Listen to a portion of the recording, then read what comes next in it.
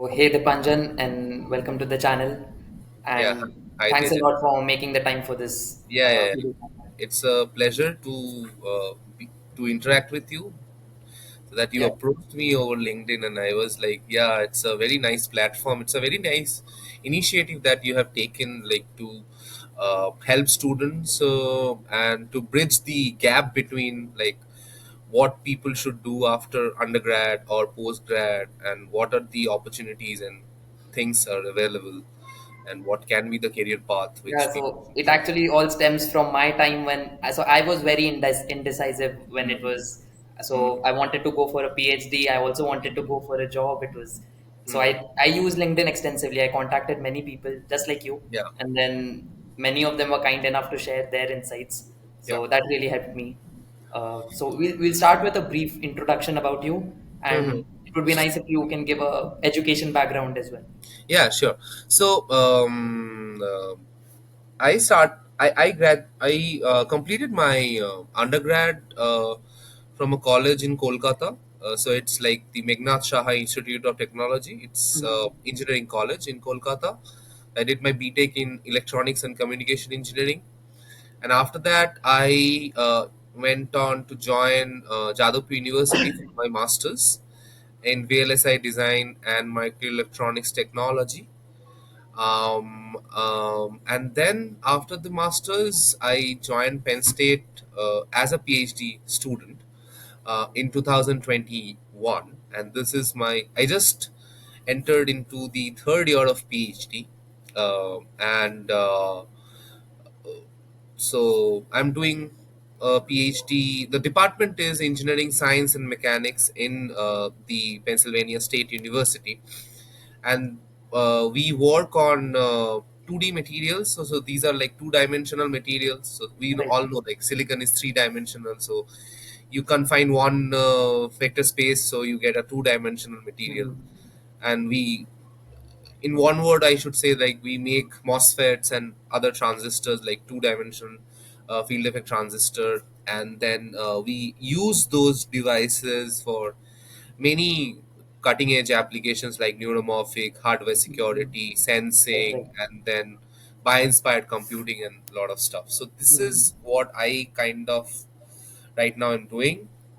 And in addition, I did like two internships, one at IIT Kanpur with Dr. Shubham Shahai on like nanotube field effect transistor based level free biosensors. It was primarily on simulation and modeling of these novel devices.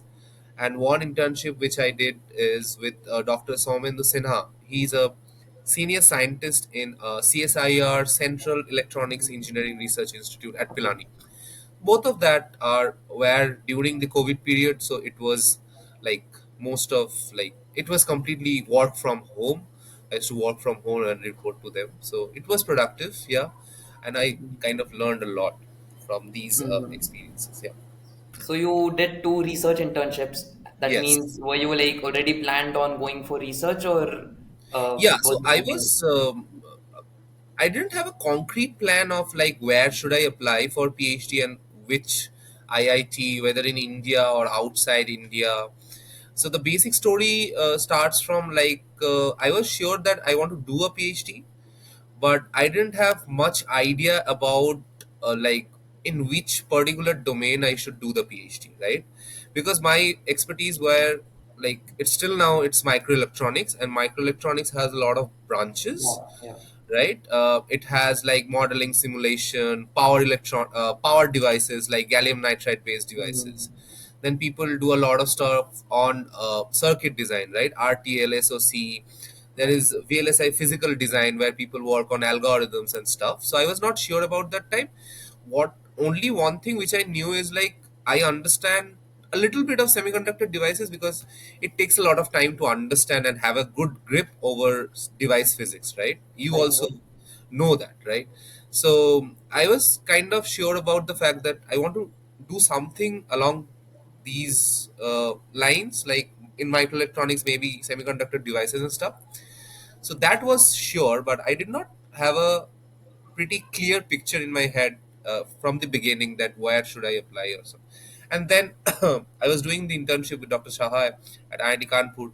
he gave a proper picture, like this is how you should see your career after the internship is done, and you should apply for the United States if you want to do experimental research.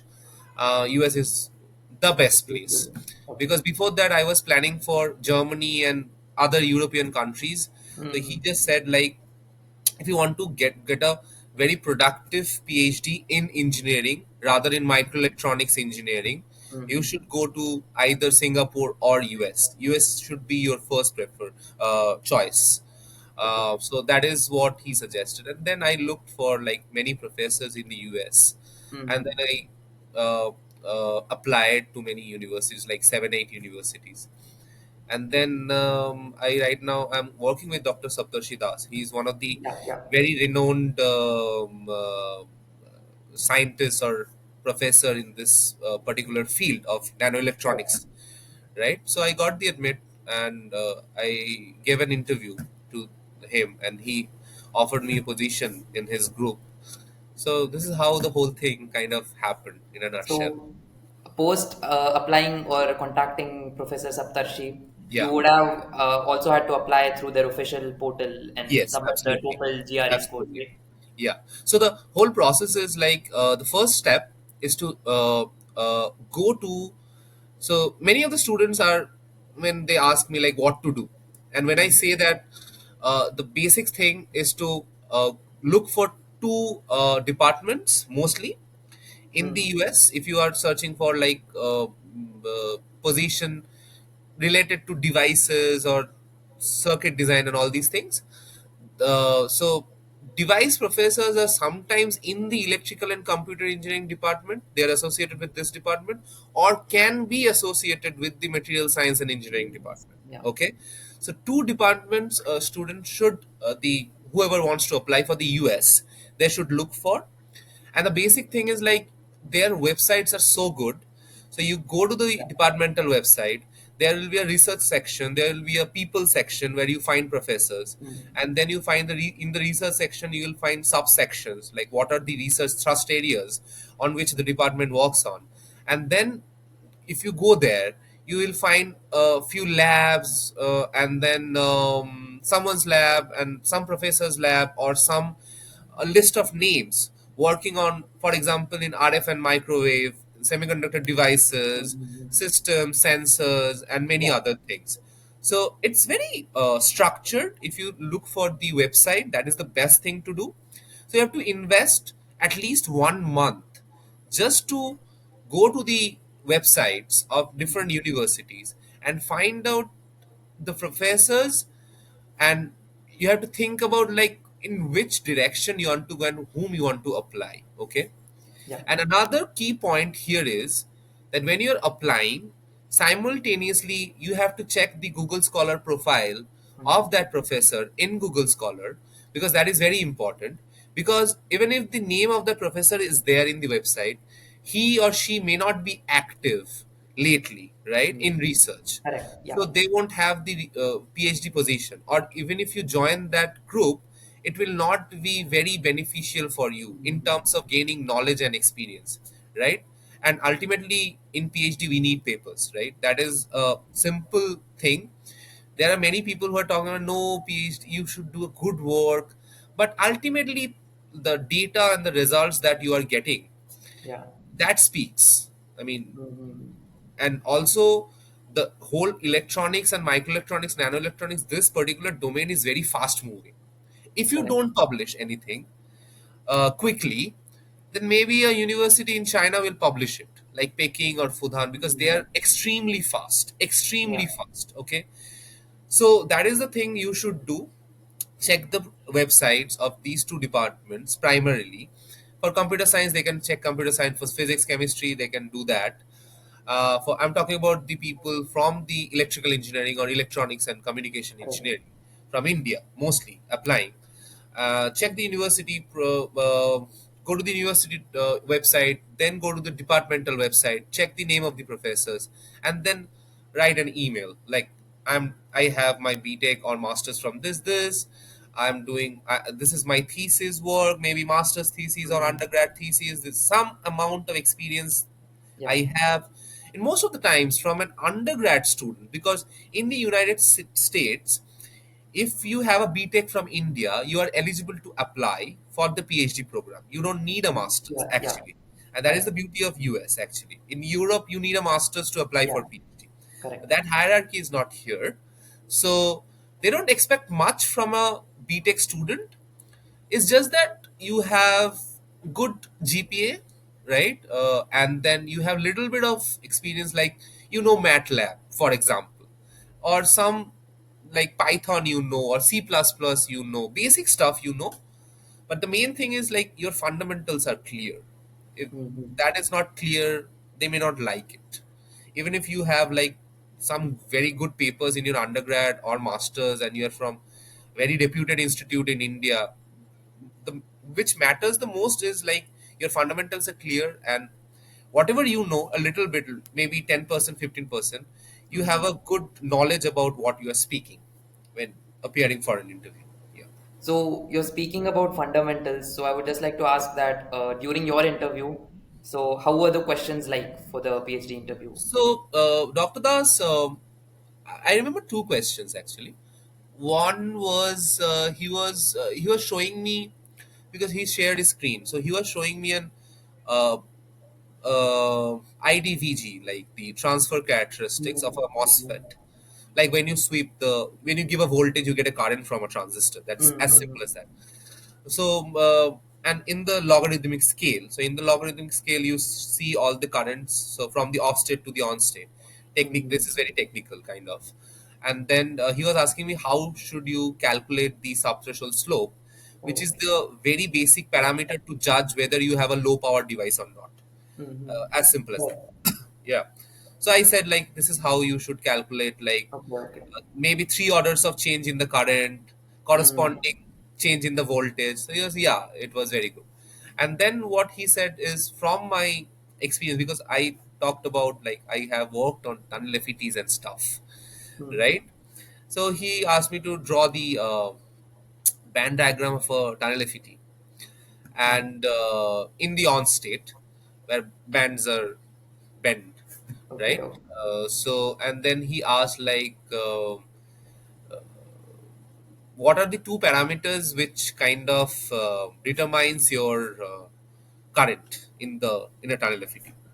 Okay, okay. So So the yeah, summary is like whatever you mention on your resume, you should be crystal clear yeah, about yeah, everything and correct. the basic concepts. Like I says, Yeah, yeah, that's very something to basic strengthen. ones, not like what you have done, what results you have got. It's like Yeah, yeah, yeah. no basic ones. Yeah, Okay, great. And yeah, by the way, so I was fortunate enough to attend a talk by Professor Saptarshi. He yeah. came to ITK and he spoke about bio-inspired material, like Computing, algorithms, yeah, computing. bio-inspired computing. Yeah, And although I was familiar with the field because of my undergraduate experience, but I was quite motivated after that talk, yeah, just yeah, to, pursue a PhD in that field. yeah, But then it was just like I got hyped up, but then it died down. yeah. So So this is one thing. I mean, uh, so the thing which I have seen over the years in India is like people take PhD as a second option. You don't yeah, get a job, you do a PhD. Okay. I was going to talk about that. Yeah. Yeah. So that thought process should be eliminated from your head. Mm. It's a very serious thing, because of the fact that right now even in India we are talking so much about semiconductor mission and all these things. The Prime Minister of India and many other universities, and mostly like I'm seeing posts from ISC, professors from ISC, and many other people in LinkedIn. But where India is lagging right now, it's like you as a principal investigator of a research group in an IIT or IISc in India, the basic task is to communicate regularly with your students and just motivate them. Give them Mm. like two pictures, and okay, so you have one avenue where you can go towards industry, it's your choice, or you have the choice of doing a Academia. PhD, right? So you have to tell them. An undergrad student in an institute in India, they don't have much knowledge. So the professor should not confine himself or herself in sharing the knowledge. You have to share the knowledge so that the student knows like what to do. Okay. And another factor is like you have to treat PhD seriously. Okay. Mm, So whatever you are doing, like, okay, I want to do a PhD. I was in the industry for 3 4 years. I have worked there. I have earned some good amount of money. Fine. But when you're entering PhD, the whole dynamics of how academic atmosphere kind of uh, involves you in it, so it's so much different from the from the industry. Okay. So what I believe and what I have been taught by Dr. Das, and he tells it to us every now and then, it's like PhD cannot be confined within like 9 10 hours a day. Your work hours will be flexible. You have to work, maybe you have to go to the lab from like Sunday to Sunday, and all these stuff has to be there so that you get a good PhD, and there should be a good bond and a relationship between your supervisor and you. mm, And what the problem is right now is like people take it like, okay, so they're, what I have seen like India is like they're not motivated to do the research or the PhD. They are kind of more focused, okay, if I clear UGC net or git, then only I'll do a PhD. ah, It's not like I want to do some work or research. It's not about that. It's like, okay, if I clear that, okay, then I'll join as a PhD and do yeah, something or the other. It should not be that, right? yeah. I mean, it's pretty And simple. Yeah. people even say that so in PhD, you should be independently thinking and coming Yeah. up with ideas, right? Yeah, absolutely. But there Yeah. are students who, they just go for meetings, they listen to what the guide says, then they ask him for the next step, then they do what as much as he says, that's all. Then they'll Yeah. stop. They'll again go to him. They said, I Yeah. did this. What next? Correct. So I Correct. don't think that's how it should be. Yeah, correct. And the most thing which I have seen lately when I am attending all these conferences in India, so here what we do is we discuss a lot regarding like what's happening around, which paper is coming out from which group around the world, Mm, and which group, which professor is publishing in which journal, and like how is the work, and at a glance, right? Not in detail, okay? But what I've seen lately in India, it's like that discussion part is missing. Maybe people are not aware of what's happening around, and that is very important. Even if you are planning, even if you are in masters or like undergrad, just talk about a lot of things. Like, this is what I have seen. This is what is happening, and stuff like that. So this part is kind of missing, which can be improved. But again, it depends on the culture of the lab, the atmosphere which the supervisor that's kind true. of sets in the lab, whether we have discussion or not, and all these things. Yeah. Yeah, what you said is quite prevalent. I agree, but I would also like to give an opposing point that Yeah.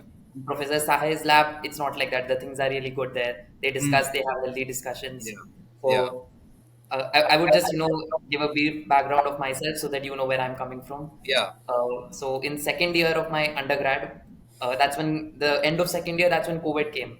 So to be very frank, it was like it was the end of second year, COVID came. I didn't have anything on my resume.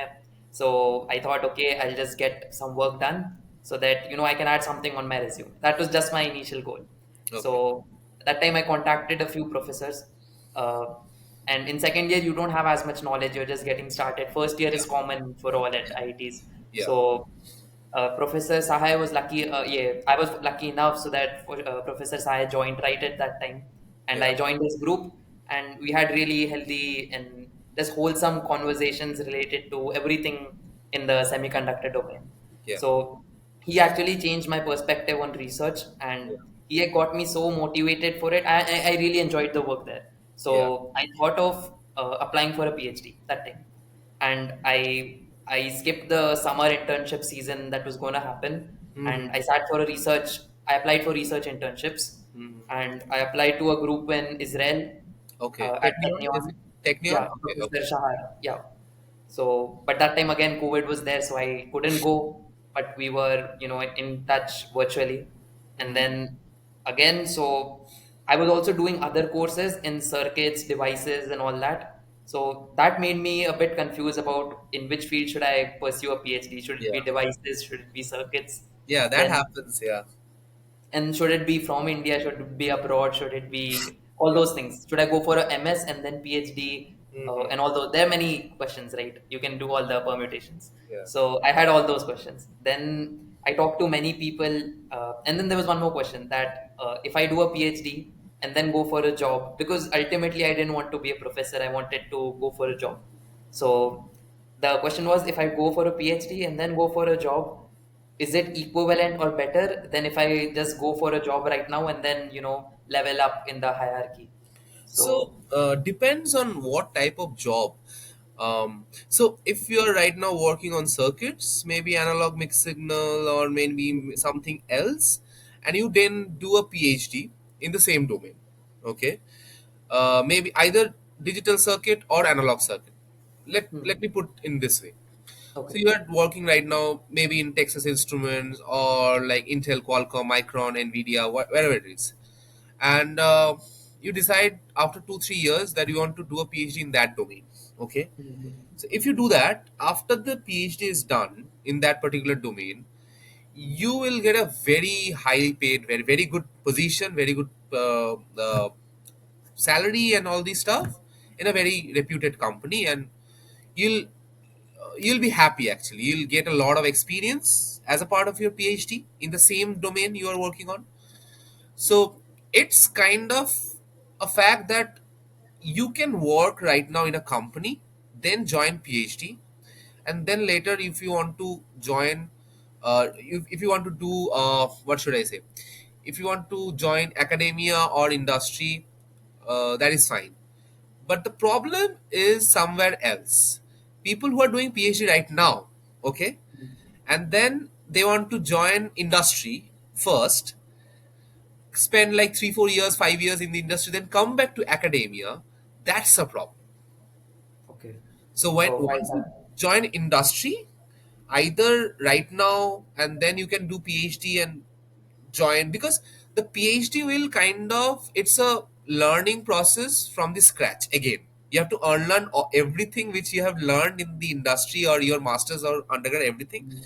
So in the PhD in 5 years you learn everything from the scratch. Okay, after that if you join a company or academia, your whole perspective is different. So Mhm. right now you can work for 3 4 years and then you can do a PhD, that is fine. But the problem is after PhD.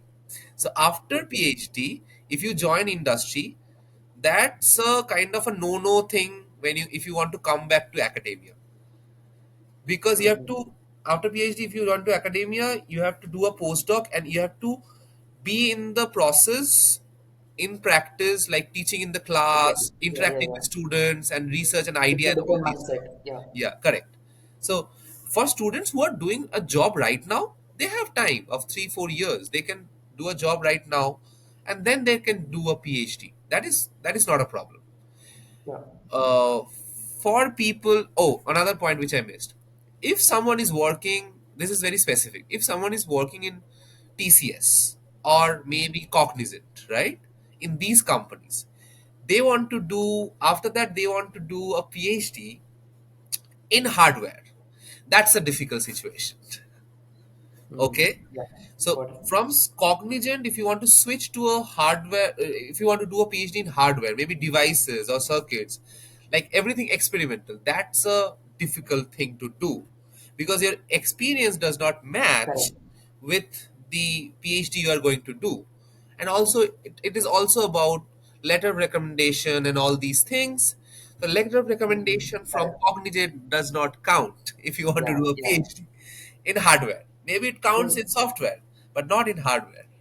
Yeah. and I heard that in general, like a letter of recommendation from a professor is a bit more valued than someone in Yeah. the industry, right? Yes, yes, yes, yes. Yeah. So Yeah. that's also Because it's a very close knit community. Maybe huh. what happens is like sometimes you're applying to a professor in the US and you're getting letter three LORs, right? Mhm. Sometimes the committee checks who are the recommenders and their profile on Google Scholar. Mm. That Correct. sometimes they do that, right? If they have a doubt, like, okay, this person has written something in the statement of purpose, which is also another important thing when you are applying to United States. So all these things are like very step by step process, like strategies which you need to kind of follow if you're applying to United States. Okay, you have to email, then you have to write your SOP, you have to get 3 LORs, you have to make a good CV, then you have Mm. to apply through the portal. Okay, and then apart from that, you have to provide your TOEFL score. Right now US is not accepting, or like it's not asking for GRE, so that is a optional thing right now. But TOEFL score or maybe IELTS, both works. And then you have to provide those scores, and then you have to apply, then you have to wait for maybe if the deadline is like December for fall semester, you have to wait till late February, early March, then you get a call, interview, or something like that.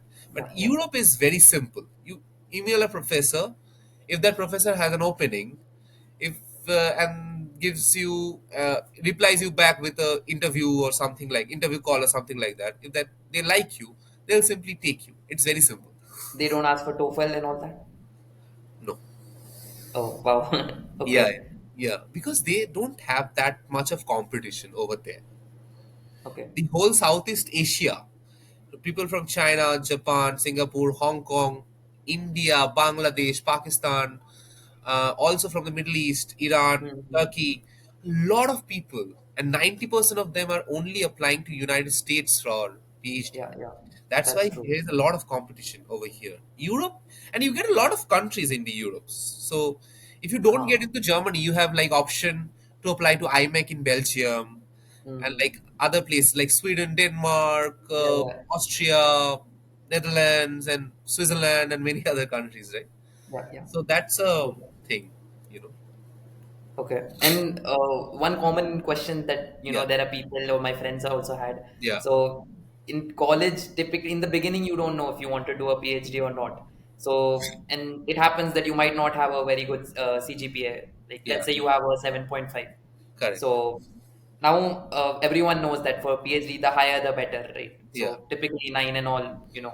correct. So now I don't have let's say I don't have a good CGPA, but I still want to apply. I'm actually motivated and all that. Yeah, So I personally think the next best thing that person can do is, have some research yeah, experience to absolutely. compensate for that. Yeah, absolutely.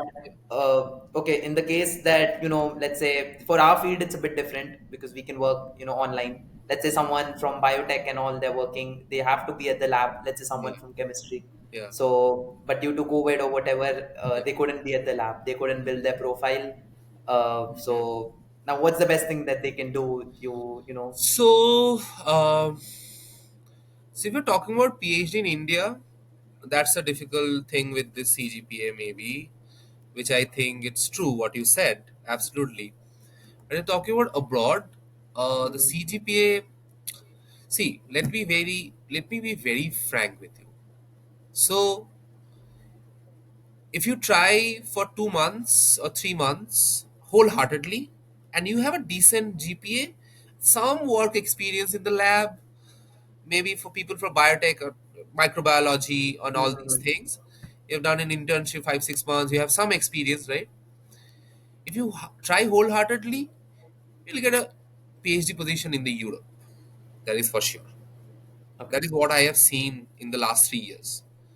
Anyone and everyone is getting a PhD position in the Europe because it has a lot of countries, and uh, there are a lot of vacancies. Apart from Germany, Germany is a bit difficult. So in the for the in the US, uh, so if you see that, okay, my CGPA is for example 7.8, okay, Mm, but I am confident that I know couple of things better than my friends who are getting 9 points. Okay. mm, So what you need to do is like you need to do some work, as you said, some internship or maybe some project or something. You have to involve yourself into some other activities. Okay, which kind of compensate, or you can, if you are confident enough. So this is all about confidence. if you're confident enough and then if you're interested, you approach a professor in India and then work with him for 6 months, 1 year. And if Mm. money is not a problem to you, uh, uh, if you are not getting paid for your work, that is also fine. But if you are getting a paper out of that work, that is the best thing which will kind of benefit you if you're applying for a PhD. If Right. that professor is happy with you, then he'll write a very strong letter of recommendation. So GPA is not a problem outside India. Okay. Okay. It's be very This is clear. exactly what I told someone who asked me this. Yeah, GPA is not a problem outside India. So outside India, they kind of see the overall profile, Mm. right? Right. They kind of see the overall profile. And also it depends on where you're applying, whether it's a very, like, whether it's University of California, Berkeley, right? Mm. Then, yeah, GPA matters. Then everything matters. Then everything matters, like whom you know, who are your recommenders, which Indian Yeah. institute you are applying from, and all these things. Mm. Interpersonal relationships, that time plays a lot of role, because for example, um, Dr. Shahai in IIT Kanpur, so he was in University of California, Santa Barbara, right? Mm. Yeah. So he spent like 2 years over there. Now, he was telling me one day that there is a professor, very senior professor, Kaustav Banerjee, in Yeah. Yeah. UCSB. He So he's also like, works on 2D materials, yeah, right? 2D materials, devices. He's a very old fellow.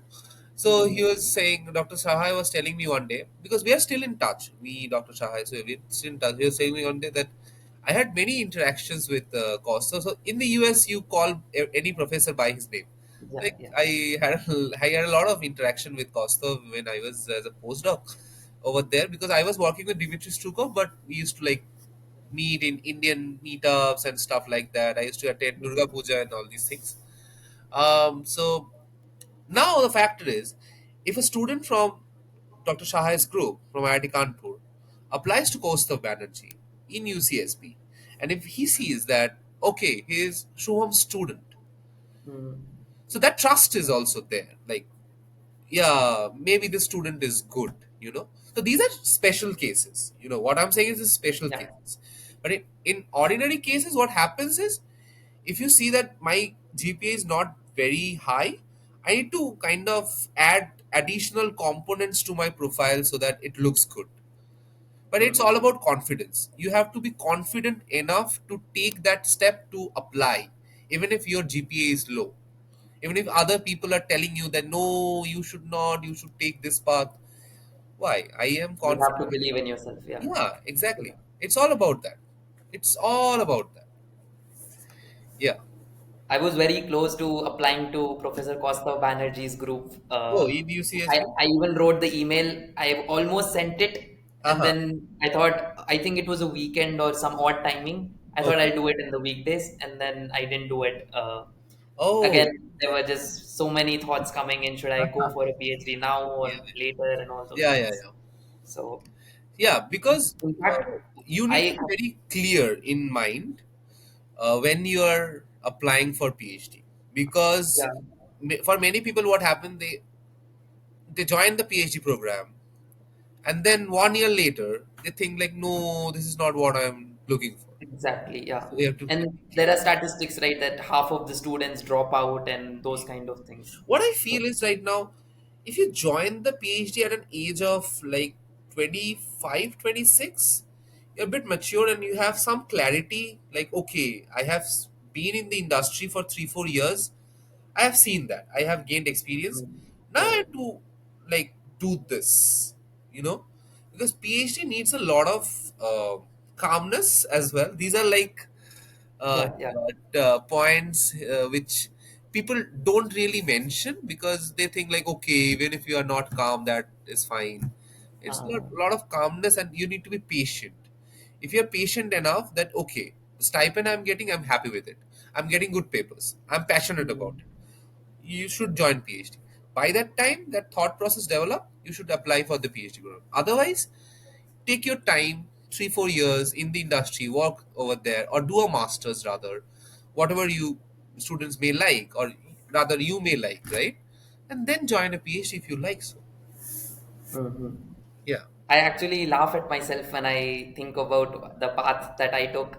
So yeah, for me, it wasn't even a question about to go for a PhD or not. I was clear about a PhD. I wasn't just clear about the topic that I would go for. okay. So, and then I thought I'll do an internship at Texas Instruments here in India to get the some industry exposure, so that when I go for a PhD, I would be clear in my mind that I tried that and I didn't like it. I already thought that I won't like it, Correct. and but it was, to my surprise, I actually liked it, and then my plans changed. So, Yeah, and then I that started happens having for a thoughts lot that of, yeah, should I go? Are the 5 years worth it, or yeah, those sort of things? yeah. Correct. So Yeah, that that's how happens things for was for me. a lot of people. Yeah. Yeah, and so yeah, so could you talk about how the workload is, and how a typical day in your life is as a So, PhD student? yeah, in our group, the workload is because uh, as a whole, like we are a very highly productive like group. Yeah, there are numerous papers coming Yeah, out and numerous papers. top tier reviewed Yeah, journals. top tier journals and stuff like that. So we kind of work 10. Just a second. Uh, Yeah, yeah.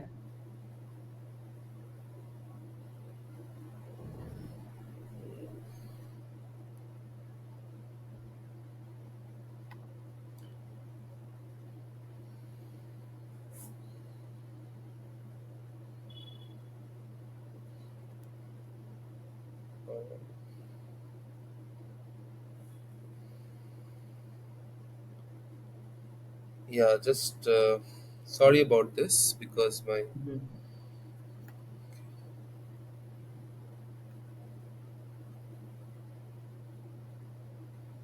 Hmm. Yeah. So yeah, because yeah, I have something. So yeah, I mean workload is there. So yeah, it's like we mostly work on the in the weekends as well, if there is a deadline or something like that. Mhm. So because it's experimental research, everything in hands on. So we have to be in the lab for whatever we do. So yeah, I mean it. See, there are like pros and cons of all these things, right? So the remuneration or the so people should ask like, why are you spending so much of time, right, in the lab, working daily, like 12 hours, 13 hours a day, 14 hours a day? It's like you hardly get a chance to publish a paper in the Nature journal, Mhm. like Nature, ACS Yeah. Nano, Advanced Materials, right? So everything comes at a cost. Like if you work more hard, you'll get outcomes, right? So Yeah, yeah, yeah. typically I go to the lab around 11:30 in the morning. So I come back like 12:30, 1 a.m., 2 a.m. at night. Okay. Yeah, Okay. when there is a lot of work, there is a strict deadline. Otherwise, it's like mostly 10 to 12 hours. Yeah. So, and one thing, so are these deadlines, not deadlines, but do you choose your own timings and you decide to No, work when that there is a much? deadline, there's a strict deadline. You Uh, have to complete it. Yeah. We work okay, in groups, so that is a okay. thing. Right. Okay, okay. So what we do is we don't work like what should I say, until 6 p.m. in the evening. So what we like to do in our group is like we work for 5 6 days at a stretch to finish it. Okay, you finish the work in 6 7 days, then you take it easy. Okay, Then okay. you go back home early. So it is a bit not so American culture, because in America people come to the office at 8, they leave by 6. So we don't do that. We Oh, have flexible hours because mm, you are for lithography, for metal deposition, for etching, and all these things. So we use the common nanofabrication facility here. okay. So you need to book slot It's online empty in odd to hours. get the That's slot, right, for your stuff, right? yeah. So that you don't get it all the time in the day, in the working hours. You Mm, get it after working hours, maybe from 9 okay, p.m. to 12 a.m. your e-beam lithography slot is. So that flexibility has to be there if you join a experimental group. Again, I'm saying, if you join okay. a simulation group, you can work from 8 to 6, and you can go back home, you can cook, and then again you can sit with your work. It's very easy. It's flexible. It's a bit Yeah, more flexible. very flexible, but for us it is kind of, yeah. Okay. That was pretty much it. No, no, we'll wrap up. Okay. Thanks for thanks for your time. Yeah. And are there any like closing remarks, or So you closing. already Yeah. mentioned a lot of advice for aspirants? Yeah. But if there's anything that's coming to your mind, you would like So to yeah, know. closing remark is like in electronics, I can talk about electronics, right? Maybe a little bit of computer science. So if you want to do, if you don't have problem at home, like some family problem or stuff like that, if you don't have that, if you are planning for a PhD abroad, please select US, Singapore, maybe South Korea over Europe if you want to have a very productive PhD in these areas, like mostly semiconductor, circuit design, computer science, material science, and all these things, because you'll Oh, get a very good PhD out of your 4.5 years, 5 years with good oh, papers. You okay. have Could to you work just hard. Yeah. elaborate a bit more on, let's say, circuit design? Yeah. Why would Europe be a problem? Because Europe's the work culture, it's very laid back. You are on your own most of the times. Oh, Another okay. factor is US provides a platform to do coursework that is mandatory in the Hmm. United States. So you, when you attend lectures of American professors or people over here, you learn a lot. Assignments are different, mostly It's a softwares. different way of thinking. Yeah. Yeah, different way of thinking. Europe, you do a master's, only you can do a master's and then you can apply for PhD. And most of the Hmm. time you are on your own. And there are so many, Europe is so beautiful. Okay. So it's like you're like, okay, I'm in Germany, I'll go to Austria, I'll go to Italy, I'll go to France. So those distractions are also there. Yeah, Right, right, right. this is off the book, but these are all Uh, also there. Those are not here. If you but get, there's one more thing that typically the PhD in Europe lasts a bit shorter yeah, than that in yeah, USA. last term is shorter, but if you do a PhD in the United States, maybe in circuit design, okay, let us talk about people. So let us talk about Shaibal Mukherjee in Georgia Tech, okay, Hmm. or maybe Arijit Roy Chaudhary in Georgia Tech. So Arijit Roy Chaudhary works on analog mixed signal and all circuits Yeah, and all yeah. these things, right? In Georgia Tech. If you do a PhD from his group, you'll get good papers. Number one.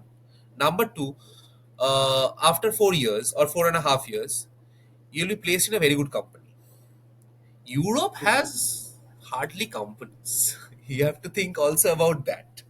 Global Foundries is the only semiconducting company that has a business globally. Otherwise, the European companies are very short. I mean, you think about your growth afterwards, after your PhD. Get a job in Apple. What more you need? My friend works in Apple. He used to work in Intel in India. Then he joined our group for masters. He did his masters and during his masters he did an internship in NXP. Right after his masters, he joined Apple at Texas Austin in the GPU team. Okay. Yeah. And do you have any idea of rough salary estimates that a Yeah, PhD yeah. grad If makes you, in the if you, US? so typically after PhD, it's between 140 to 150K Okay. per year. Okay. And if you have prior experience, so this is the 140 to 150K. I'm talking about Intel, Qualcomm, Mhm. Micron, Applied Materials. So these Okay. companies. If you get a job in Apple, so that is 180 to 200K. And also if you have prior experience in the semiconductor industry. Oh, okay, okay. Yeah, Got it. Thanks. yeah, yeah. Okay, so thanks a lot again, Yeah, and thanks, good luck Tejas. It's a for. long discussion we had, very productive, and thanks for Yeah, inviting I me. hope it helps a lot.